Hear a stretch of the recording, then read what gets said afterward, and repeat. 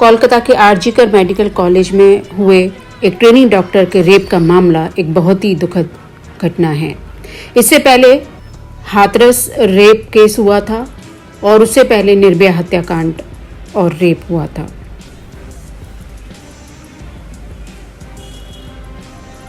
एक 31 साल की पीजी ट्रेनी को कोलकाता के एक अस्पताल में अर्धनग्न अवस्था में पाया गया। पोस्टमार्टम की रिपोर्ट से पता चला कि हत्या से पहले पीड़िता का यौन उत्पीड़न किया गया था और ये घटना लगभग निर्भया रेप जैसी ही थी। अपराध की भयावह प्रकृति देखते हुए पीड़िता के घर वालों ने दोषियों को कड़ी से कड़ी सजा दिलवाने की मांग की। व्यापक आक्रोश और विरोध के जवाब में कलकत्ता उच्च न्यायालय की खंडपीठ ने मामले को सीबीआई की छानबीन से पता चला कि मुख्य संदिग्ध कोलकाता पुलिस का सिविल वॉलंटियर संजय रॉय है, जो आरजीकर मेडिकल कॉलेज और अस्पताल की पुलिस चौकी पर तैनात था और सभी विभागों तक उसकी पहुंच थी। उसे सीसीटीवी फुटेज के आधार पर गिरफ्तार किया गया, जिसमें उसे उस बिल्डिंग में घुसते हुए दिखा था जहां डॉक्टर की हत्या की गई थी। सीसीटीवी फुटेज में महिला के शव के बगल में मिले ब्लूटूथ हैंडसेट को उसकी गर्दन पर देखा जा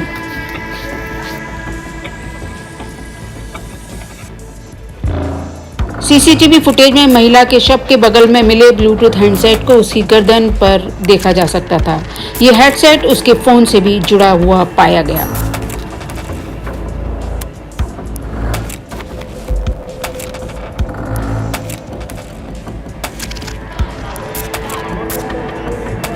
हम भूले नहीं है, दिल्ली में 2012 में 23 वर्षीय निर्भया के सामूहिक बलात्कार और हत्या के बाद महत्वपूर्ण कानूनी सुधार भी किए गए, लेकिन सुधारों के बावजूद महिलाओं के प्रति नजरिया नहीं बदला।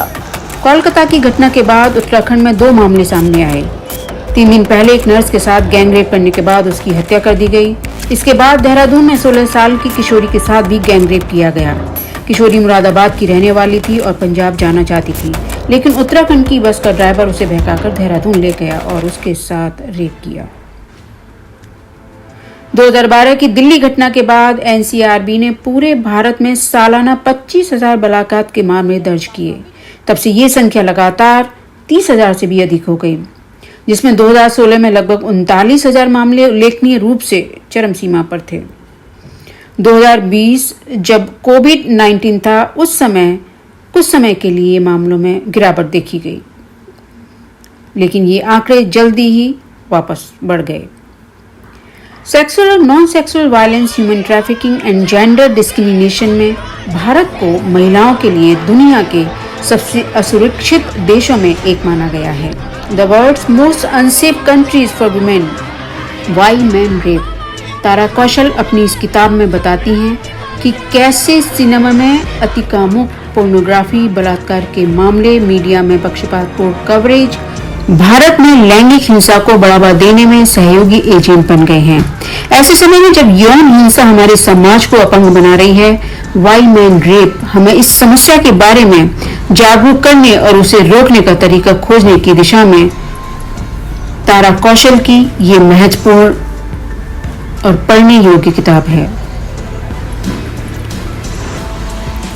एक सरकारी रिपोर्ट के अनुसार 2018 में हर 15 मिनट में औसतन एक महिला ने बलात्कार की रिपोर्ट की।